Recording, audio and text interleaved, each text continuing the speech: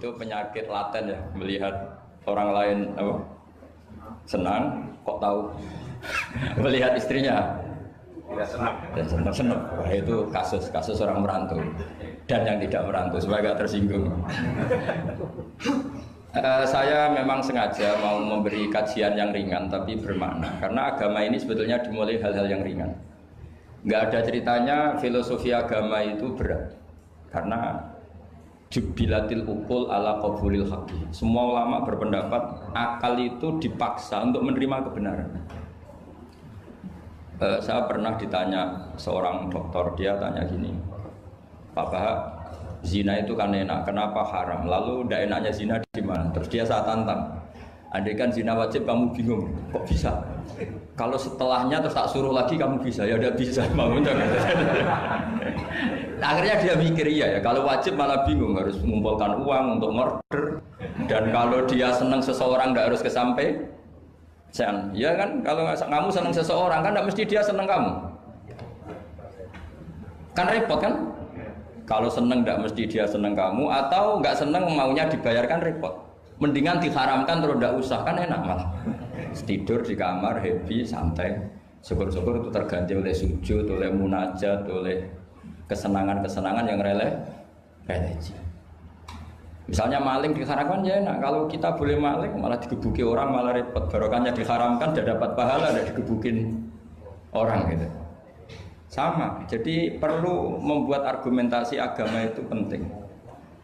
Selama ini ada kesolehan amatir, itu yang sering saya kritik setiap saya ngaji itu. Kesolehan apa? Amatir. Misalnya gini, kadang-kadang orang ngeluh gini, Islam itu repot, mau kebar gak boleh, mau bebas gak boleh, andai kan boleh semua kan enak. Pertanyaannya adalah ketika boleh semua, apakah lembaga maksiat ini tidak ada aturan? Kan tetap ada aturan. Boleh pakai kalau bayar, itu aturan enggak? Aturan. Kalau yang cantik mahal kan aturan. Kalau apa khomer atau arak yang enak mahal kan aturan. Artinya gini, di tempat yang maksiat pun banyak apa? Aturan. Kenapa aturan di tempat maksiat kamu anggap kebebasan, sementara agama ngatur kamu anggap pengekangan? Nah, ini namanya soleh amatir apa? Soleh amatir itu yang latihan soleh. Tapi kalau solehnya sudah lama, kayak saya ini masuk soleh sudah lama, tidak tahu saya. Dari Gus Bak Syukur yang nggak seneng namanya akan komentari ujub, ya sudahlah itu biasa manusia seperti itu. Seperti sama merengut, yang senang akan bilang pemikir serius, yang nggak seneng kok merengut aja. Orang ita itu ya gitu, yang seneng bilang wah itu sibuk ngalor ngidul, gitu. Yang nggak seneng kan bilang wah ita itu. Jadi itu kan nggak usah dipikir lah, komentar orang itu nggak usah dipikir. Jadi ini penting saya utarakan. Sehingga saya berpikir, terutama untuk zaman akhir, saya ulang lagi terutama untuk zaman akhir, saya buktikan sekian ayat. Sebenarnya saya hafal Quran, tapi ini tak bawa Qurannya supaya nanti kamu bisa nyari ayatnya. Syukur-syukur kamu bisa nyanyi saya hafal Quran, bagus ini. Kalau enggak ya kacau ya. Sekarang kan banyak orang bantah apa orang hafal Quran, dia sendiri enggak hafal. Saya sering di Jogja, saya mau tanya tafsir sama jenengan, karena tafsir Kemenak itu ada kesalahan sekian 2000 itu, tak tanya kamu hafal Quran enggak? Aduh repot ini kata saya. Ini kayak Tyson tinju sama Elias Pikal gitu. Kalau kelasnya nggak sama mati soalnya kan.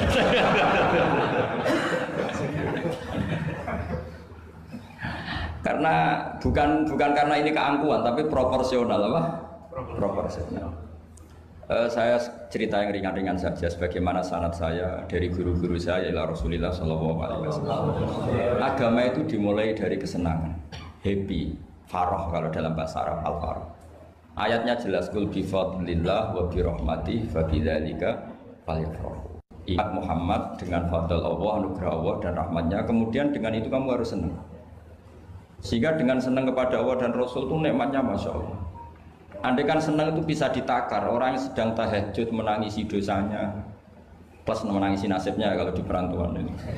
Itu senangnya sama orang yang sedang dugem itu mesti kalah, mesti senang yang sedang tahajud. Karena orang-orang maksiat itu sebenarnya orang-orang susah. Kalau tidak susah gimana? Setelah itu semua ditanya senangnya di mana? Tidak tahu dia mabuk. Sementara senang kamu ingat betul tadi malam saya nangisi dosa-dosa saya, nangisi nasib saya, kemudian tenang karena kembali ke Allah, kembali ke Rasul. Itu luar biasa senangnya.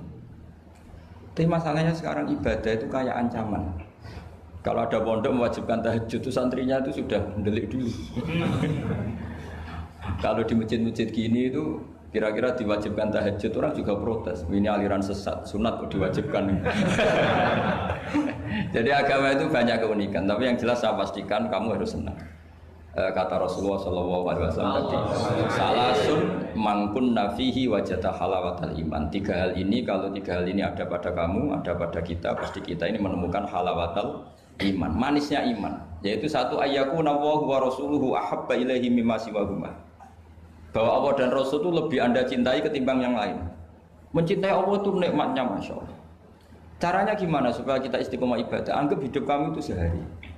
Saya ini di Jawa celok besar, tapi punya uang 200.000 itu ngira banyak sekali. Bukan banyak, banyak sekali. Karena saya ngitung hidup itu per hari. Karena aturannya orang soleh, sama tak ijazahi, pasti kamu nggak mau. Karena kamu pecinta won. Pasti tidak mau. Syarat sahnya orang soleh itu harus nganggap hidup itu hanya sehari. Hanya apa? Wa'mal li akhiratika ka'annaka tamutu ghadan. Beramallah untuk akhiratmu seakan-akan besok mati. Coba kamu yang di perantauan, bayangkan maksiat sampai 60 tahun ke depan kan berat. Sampai seminggu saja kira-kira berat kan. Tapi kalau bayangkan saya tidak akan maksiat semalam ini karena besok saya mati, sukses. Besok berpikir gitu lagi, saya tidak akan maksiat kan hanya sehari. Ternyata besok hidup lagi. Berpikir gitu lagi, tahu-tahu mati betulan setelah 60 tahun. Jadi itu apa ya, satu konsep dari Rasulullah supaya orang itu meninggalkan maksiat itu ringan karena bayangannya hidup banyak. Coba yang ahli maksiat itu diberitahu besok kamu mati, kira-kira malamnya maksiat enggak? Kamu maksiat itu karena bayangkan hidup masih lama. Makanya kata Quran, wahai orang-orang yang beriman, alam yakni lil ladzina amanu an takhsha qulubuhum li dzikrillah wa ma nazala minal haq. Orang-orang iman itu sudah saatnya khusyuk. Kamu jangan seperti orang-orang dulu. Orang-orang dulu fatola alaihimul amatu faqasat qulubuhum. Orang itu menjadi wangkot, menjadi keras hatinya karena merasa hidupnya itu panjang. Ini penting, ini konsep-konsep yang ada di hadis sahih. Jadi tidak perlu kamu soal ini sahih apa enggak, tak pastikan sahih. Saya ini baca hadis lama sekali. Jadi yang nyoal harus imbang. Kalau enggak kayak Tyson dengan Elias Pikal. Supaya clear, supaya jelas. Saya sering ketemu para pemikir di Jogja. Dan berkali-kali saya bilang harusnya diskusi itu imbang. Ini bukan karena keangkuhan, tapi karena proper. Awal maksiat itu dimulai karena tidak senang. Tidak senang tercari kesenangan dan pilihannya maksiat. Coba kalau kesenangan itu ada pada taat, itu luar biasa. Sampai Rasulullah itu menggambarkan ketaatan yang baik itu ada hadis yang mungkin kalau orang Jogja, orang Solo itu tidak siap karena agak priayi. Nabi pernah ngendikan, wa fi buti ahadikum shadaqah. Kamu ngeloni istri kamu itu ya sedekah. Sahabat ya tanya, ayati ahaduna syahwatahu wa walahu ajrun. Yang benar aja ya Rasulullah, masa urusan seks, urusan biologis kemudian dia dapat apa? Pahala. Nabi jawabnya ringan saja. Alaihi salawatu aha fi haramin akana alaihi wisrun. Kalau yang digauli itu istri orang atau yang enggak zaujahnya, enggak istrinya, apa dia ada dosa? Ya dosa ya Rasulullah. Fakadzalika lawatu aha fi halalin kana lahu ajr. Ya begitulah kalau dia kalau salah letak haram, kalau tepat sasaran ya halal. Segampang itu ibadah itu. Jadi ngumpulin istri ibadah, nimang anak ibadah, ngaji begini ibadah, meskipun nggak paham, nggak ada syaratnya paham. Yang menyenangkan dalam Islam kan gitu, ngaji itu udah harus paham. Yang penting datang, pura-pura paham, selesai. Bahkan saya pernah dibully oleh santri itu, ya agak kurang ajar santri itu. Ya santri kayak jenengan-jenengan, santri tua-tua gitu. Itu Gus, jenengan sama saya nanti di surganya dulu saya. Kenapa? Karena kata Rasulullah SAW itu man salaka tariqan yaltamisu fihi ilman sahalallahu lahu tariqan ilal jannah. Orang yang mengambah jalan, yang mencari jalan, berjuang lah, berjuang sekolah, nyari ilmu. Nyari yaltamisu itu maknanya nyari iltimas. Maka orang yang mencari ilmu itu sahalallahu lahu tariqan ilal jannah, akan dimudahkan jalan ke surga. Itu yang nyari loh Gus. Kalau sudah ketemu kayak jenengan enggak masuk hadis itu. Makanya bersenanglah yang sedang nyari tapi belum ketemu. Karena hadis itu untuk yang masih mencari. Itu pasti sampai Anda saya. Wah saya mikir, wah ini nyari hadis apa yang bela saya? Karena hadis ini itu tidak mihak saya, nggak mihak yang sudah ketemu. Yang namanya nyari kan belum ketemu, maka bergembiralah yang nyari ilmu udah alim-alim. Karena syaratnya, ya kan? Man salaka tariqan yaltamisu fihi ilman sahhalallahu lahu tariqan ilal jannah. Siapa yang berjalan atau menempuh satu perjalanan mencari ilmu. Di mana-mana mencari itu sudah ketemu belum? Belum. Berarti kiai masuk hadis itu enggak? Alhamdulillah. Karena kiainya sudah ketemu ilmu. Maka bergembiralah jenengan saat tidak paham. Artinya masih mencari. Makanya kalau mau paham jangan paham. Karena saya ini kebetulan memang peneliti hadis dan saya banyak menghafal hadis karena saya suka dengan kalimat-kalimat jamiah, kalimat-kalimat yang komplit dari Rasulullah SAW. Sehingga ngapalkan hadis saya itu banyak dan imbang itu ya balance kalau dalam bahasa inteleknya itu. Saya termasuk menghafalkan hadis wa innal alima la yastaghfiru lahu man fis samawati wa man fil ardi hatta al-khitan fil bahr. Sebagian riwayat wa inna mu'alliman nasi al khaira la yastaghfiru lahu man fis samawati wa man fil ardi hatta al-khitan fil bahr wa hatta an-namlatu fi juhriha. Ini hadis tandingan. Jadi yang tandingan tidak hanya 01 02, hadis juga ada hadis apa?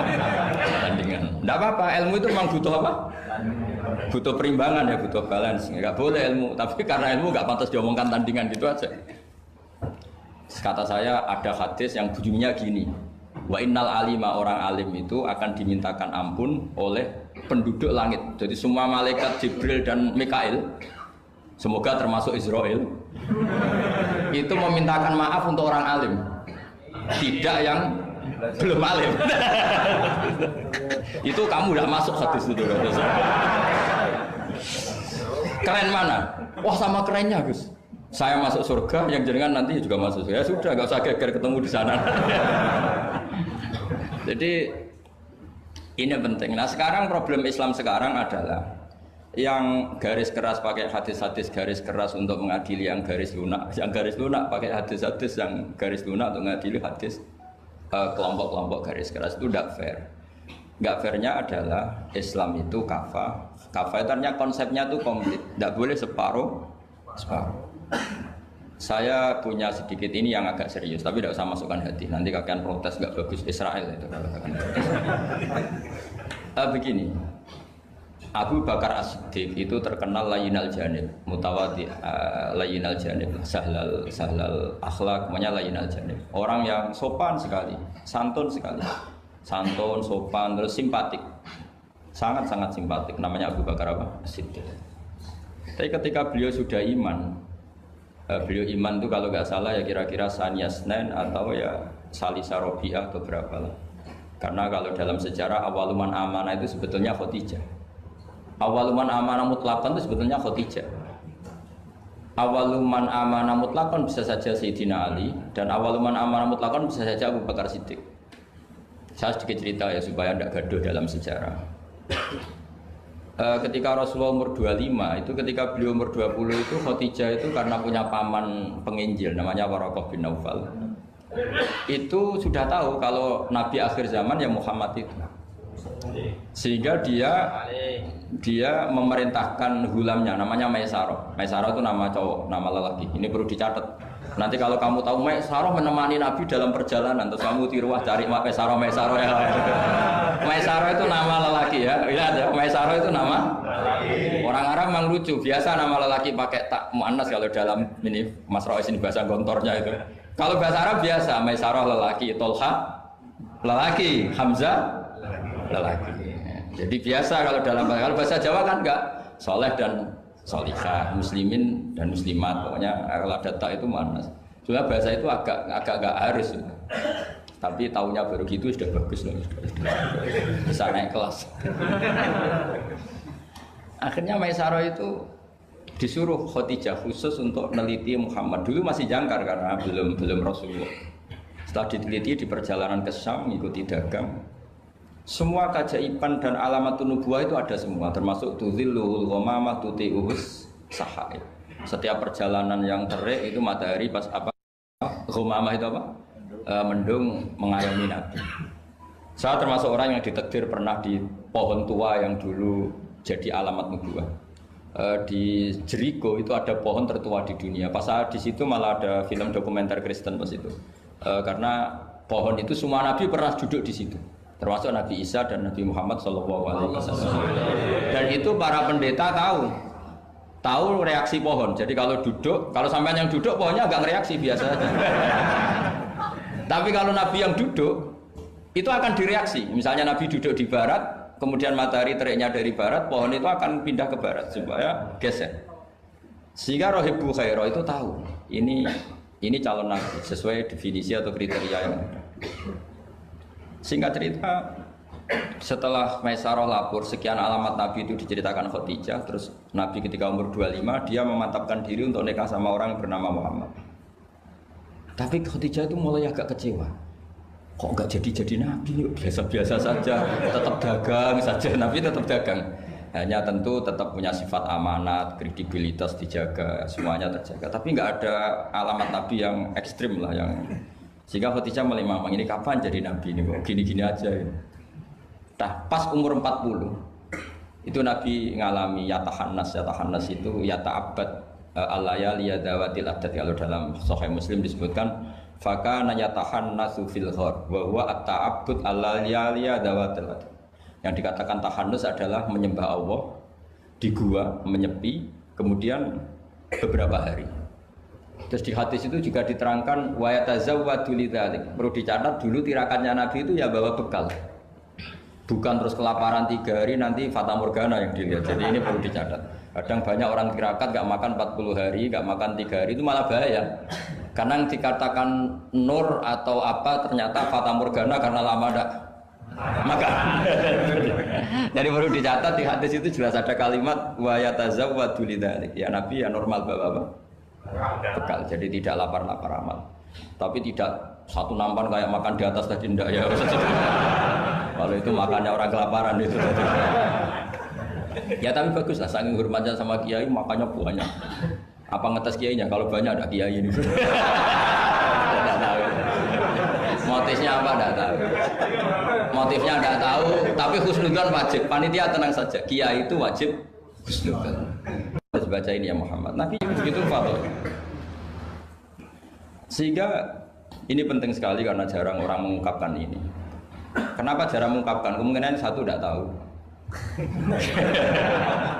Dua, karena kadang kiai itu ya manusia, Ustadz juga manusia. Kadang-kadang dengan tanda kutip itu ya pecundang. Dia ngomong yang dicintai pasar, itu yang saya sesalkan betul. Tidak ngomong yang dibutuhkan dalam khazanah Islam. Itu saya kecewa betul. Dan semoga mereka itu tobat. Enggak boleh seperti itu. Coba kita ini Islam mulai kecil, punya kiai mulai kecil. Kadang-kadang tidak pinter-pinter. Karena ayatnya itu terus sama. Kubu sebelah misalnya dalil ayat ini, yang ini terus gitu aja. Kalau orang sunat diceritain Nabi Ibrahim sunat 80 tahun itu pakai palu, pakai apa itu kodum itu kapak langganan ya. Kalau ada orang mati ya mesti kullu nafsin dha'iqatul maut. Kalau ada orang nikah mesti faman rohiba an sunnati fakhu, itu saja. Jadi umat ilmunya tidak tambah, ya sudah siapa saja yang nikah ya itu aja, yang mati ya itu aja kullu nafsin. Karena ya pasarnya seperti itu. Buat sekali-kali ada orang mati itu bilang, ayo pesta. Karena orang dolim ini sudah mati. Ngurangi beban bumi. Ngurangi beban apa? Syukurilah kematian orang fasik ini. Itu nggak disangoni sampai. Sudah ada disangoni, dibenci keluarganya, ya enggak? Ya daripada gitu yang umum saja kullu nafsin dha'iqatul maut. Kematian adalah mau'idhah, kafa bil mauti wa'idun. Cukup mati sebagai nasihat, ya ikut pasaran saja karena itu yang menghasilkan pasar. Tapi resikonya itu ilmu itu tidak tambah apa? Tambah. Ini kritikan saya, semoga ini membantu ya supaya ustadz-ustadz itu kalau ngaji itu mikir yang dibutuhkan umat, jangan permintaan pasar, itu tidak bagus. Saya datang ke sini juga bukan karena undangan. Saya yang bilang saya tanpa diundang pun datang ke Korea karena saya ingin sujud di bumi ateis supaya nanti keren. Keren betul, sampean tuh keren betul, sujud di bumi. Wah itu pol kerennya tuh, hebat. Kalau sujud di Mekah, Medina, di Indonesia itu kan wajar. Ini sujud di bumi. Jadi kalau kamu ditanya, saksinya siapa kalau kamu sholat di Guangzhou? Apa ini yang ini? Asan. Yang seru yang apa? Enggak yang lain yang GG. Guangzhou itu apa? Suwon. Sama lagi. Itu malaikat mesti itu apa itu? Parah lagi kalau ditanya, sujudnya di mana? Di kamar mandi. Karena kalau pas kerja kan hanya dikasih waktu berapa itu? 5 menit dan itu pura-pura di kamar mandi. Keren nggak? Keren. Jadi padahal bumi itu akan bersaksi yang dipakai tempat sujud. Itu paling keren mesti yang Korea. Apalagi yang pas kerja. Kalau di sini kan masjid masih normal. Kalau pas kerja kan di kamar mandi. Iya di pabrik ya maksudnya. Oh iya. Jangan yang priai yang itu, yang nggak priai itu. Gudang. Di gudang ya? Ya. Di mana, Pak? Sampai mesin ya? Ayo. Mesin sebagai saksi. Ya bagus lah. Saksinya apa? Kubuta gitu. Yang jelas jangan kerja di pabrik salib. Saksinya apa? Kerjanya bikin apa? Ya, pas waktu sholat. Saksinya apa? Itu. Bisa berhadapan-hadapan itu saksi sama yang disaksikan. Begini ini intermezzo saja tapi betul. Jadi kemudian Khadijah kembali ke Khadijah tadi. Rasulullah itu nggak bisa baca. Walhasil akhirnya ditakdir bisa. Saya mengatakan bukan karena belajar, ditakdir bisa. Karena syaratnya Nabi itu harus ummi. Ummi itu keibu-ibuan. Tapi Nabi itu uniknya begini. Justru beliau ngira itu malakul maut. Jadi pulang itu yarjufu fuadu. Dia gemeteran sekali. Nangis pulang itu yarjufu fuadu nangis. Terus bilang ke Khadijah zamiluni zamulini. Coba saya kasih selimut. Kalau dalam bahasa Arab itu boleh khitab sama perempuan itu pakai yang muannas sama khotoba atau pakai mudzakkar ghaib, mudzakkar mukhatab jamak, tapi niatnya ahli. Jadi kalau orang Arab bilang, normalnya kalau perempuan kan zamilini karena khitabnya satu yaitu Khadijah. Tapi Khadijah itu nama ahlun, nama keluarga. Sehingga dalam bahasa Arab juga boleh zamiluni apa? Pakai khitab apa jamak mudzakkar. Khadijah terus dikemulin. Di mana-mana namanya ketakutan itu ya dikemulin. Dan di mana-mana kalau ketakutan itu cari istri. Yang bayang di perantauan ya kalau ketakutan.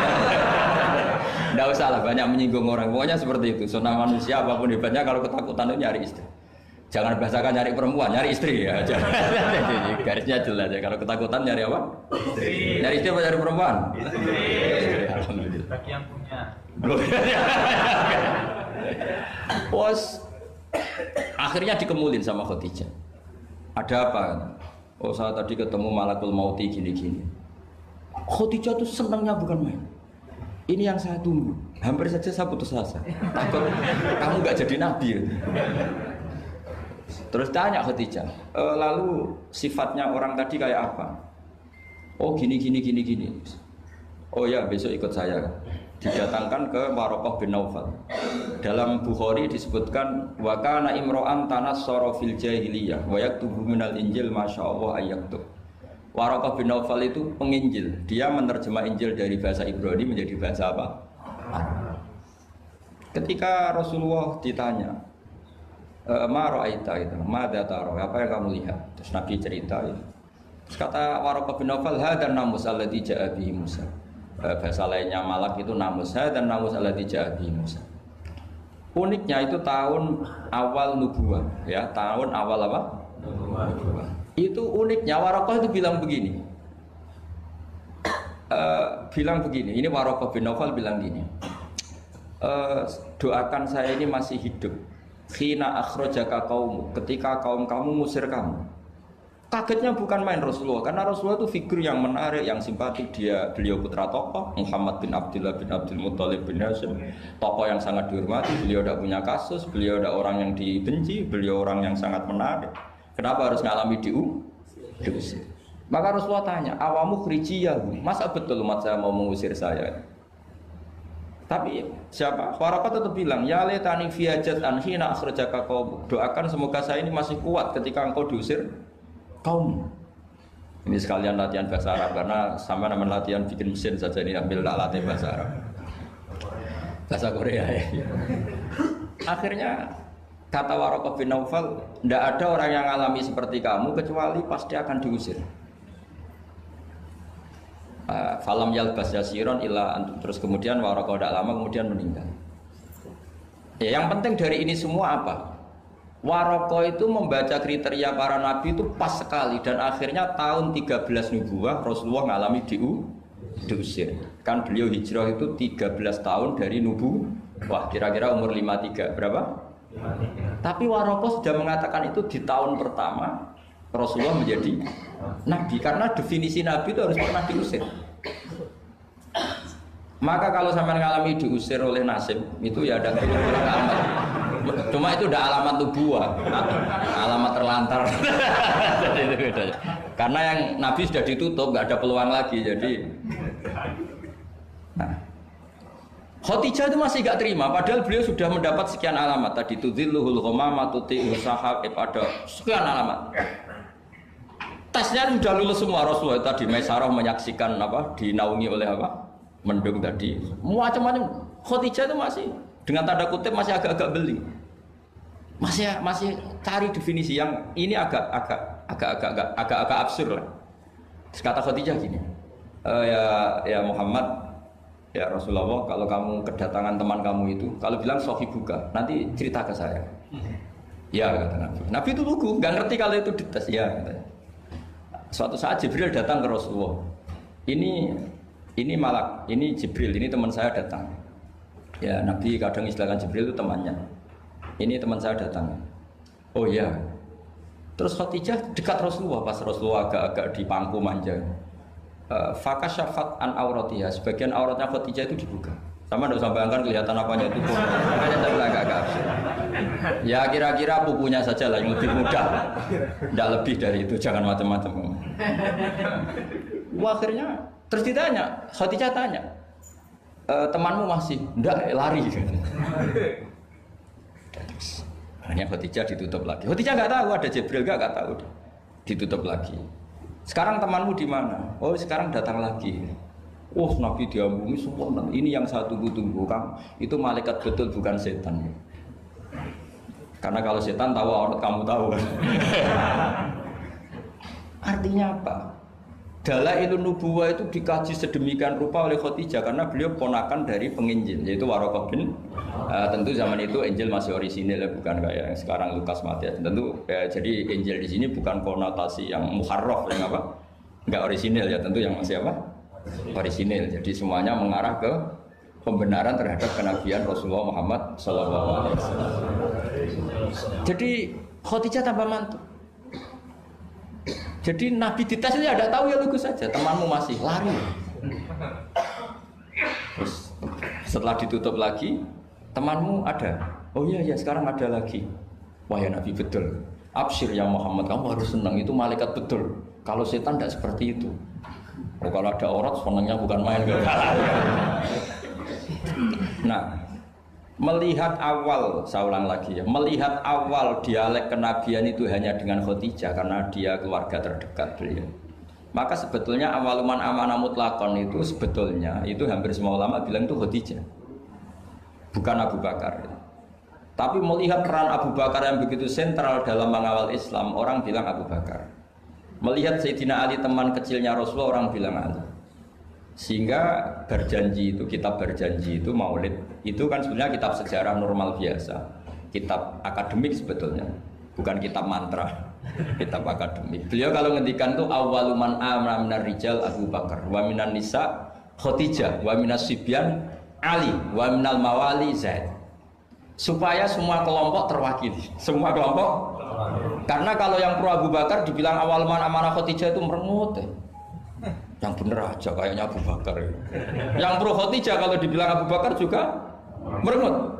Yang pro Ali juga demikian. Akhirnya di tengah-tengah awaluman amana minar rijali Abu Bakrin, wa minan nisa Khadijah, wa minas sibyan Ali, wa minal mawali Zaid bin Harisah. Pertama orang iman dari golongan lelaki tua, rijal lelaki tua, lelaki berumur lah, itu Abu Bakar. Dari perempuan Khadijah, dari anak kecil Ali, dari mawali budak dimerdekakan. Jadi itu sudah cara bahasa Arab itu takbir itu redaksi yang agak-agak ngeles. Jadi seperti gini lah, pendiri masjid As-Siratal Mustaqim itu siapa? Yang pertama punya ide tentu sebenarnya yang pertama, tapi kan ide tok belum terrealisasi. Nah, nanti yang pertama terrealisasi pondasi juga pertama, tapi yang benar-benar mulai dipakai Jumatan itu juga pertama. Lagi lah supaya agak sensitif kita ini harus minta pertama semua, mau tidak mau kan kita harus ngomong awaluman bana hadal masjid si'a. Tapi dulu belum ada ya bana ide. Wa awaluman misalnya pembalataan batu pertama waktu al-hijarah awalan ini. Wa awaluman sing jadi imam ya ummu hadal masjid fil jum'ah ini. Lah yang sampean wa awaluman ngerameni mlebu masjid. Sudah enggak apa-apa, yang penting awaluman apa? Masuk kategori awal.